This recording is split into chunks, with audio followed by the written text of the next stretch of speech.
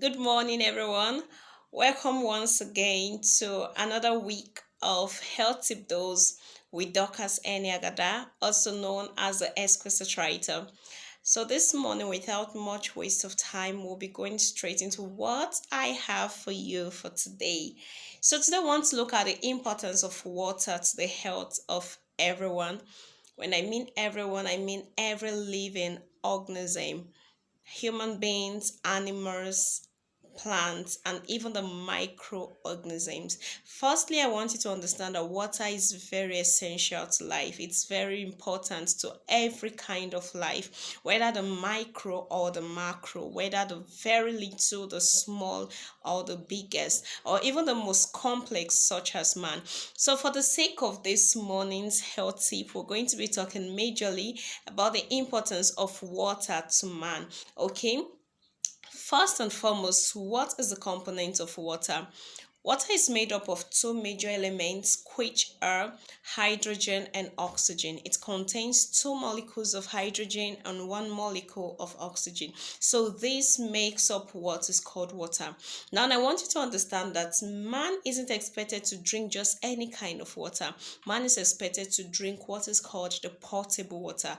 And the potable water is that kind of water which is free from every form of infectious organisms. It's free from chemicals which are harmful to human, and it's free from deadly microorganisms. So this morning we want to look at the importance of water to man. First and foremost, water helps to maintain the temperature of the body temperature of man. So most times you come to observe that you may be feeling sick, like, oh, you be feeling like it seems like I want to have a fever, but just with a little intake of water, you tend to observe that you feel better. It's possible your head was aching, but just with the little amount of water you consume, it helps to stabilize your temperature. So it's very important in temperature regulation. Then also it moistens tissues and organs in the body. Organs such as the eyes, the ears, the nose, and even the tongue. Water helps to moisten organs in the body. And when the organs are moist, it helps to keep them greased. It helps to keep them greased and help them to prop and to function properly. Also, it helps to protect organs in the body, organs like tissue. I want you to understand that the tear you shed from your eyes are necessary. They help to lubricate your eyes, they help to keep your eyes healthy. And even the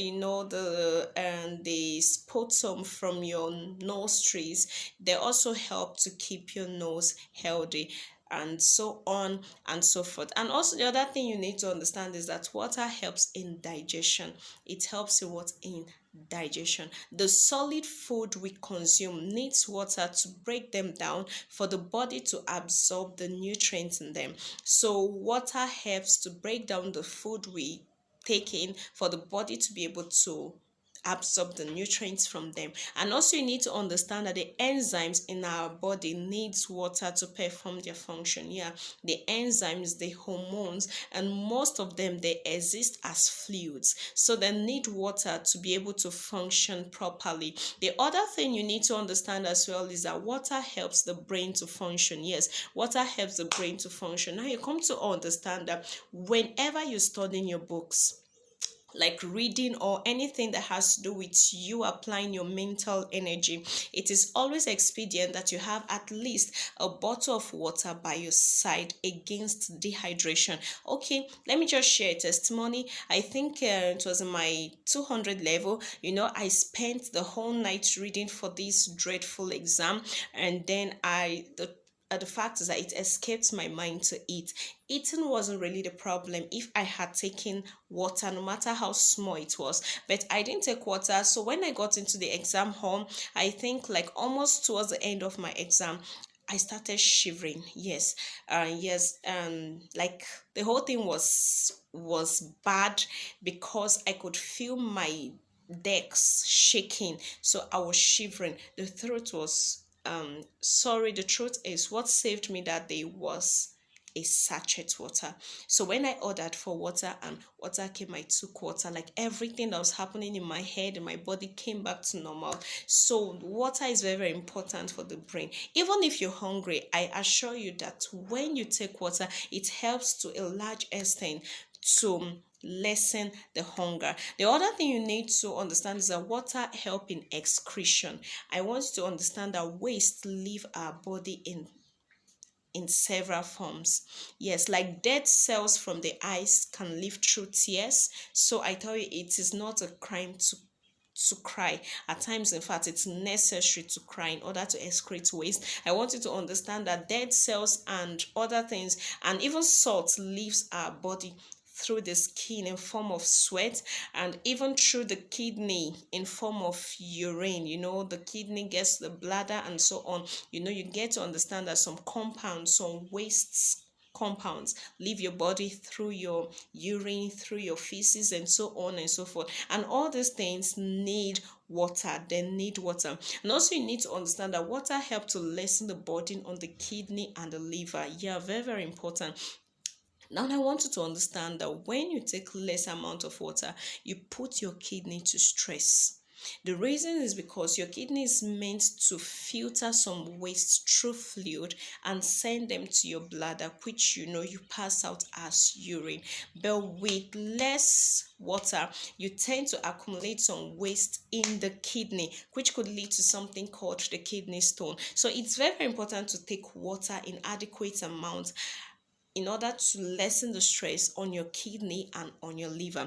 Now I want you to understand that there are so many importance of water. Now it also helps to transport the nutrients gotten from the food and even the oxygen all through your body cells. Now you come to understand that so many things in our body are that is exist in fluid form. So water is important to keep them running, including your blood. Your blood needs water. The oxygen from water is important for your blood to function properly. So please endeavor to take adequate amounts of water. Now you recall that I have been saying adequate. I didn't say take too much or too little water, because everything has what is called adequacy. So even the quantity of water to be consumed to has what is called its adequacy. Now the question is, what is a normal amount of water that one should take? Now like having gone through articles, through books, written by specialists when it comes to health, I have seen so many things, the recommendations from so many persons, and I think I've seen some that will tell you that men should take more water because it seems as if they do more work and then they tend to burn out more energy compared to the ladies. Some articles will tell you that men should take at least 3.7 liters of water per day, while the ladies should take 2.7 liters of water per day. Okay, but having brought the knowledge of all this together, permit me to recommend this and to advise this, that on an average, every human being should take at least 3 liters of water per day. It is very, very important to consume water. Just as I said, water can cover up for the lapses that some consumption of food could have covered up for. Water is very, very important. Even if you don't have access to food, please don't neglect taking and consuming water. So for everyone watching this video, at least take not less than 3 liters of water per day to maintain a very good body health. Okay, and this will bring us to the end of today's session.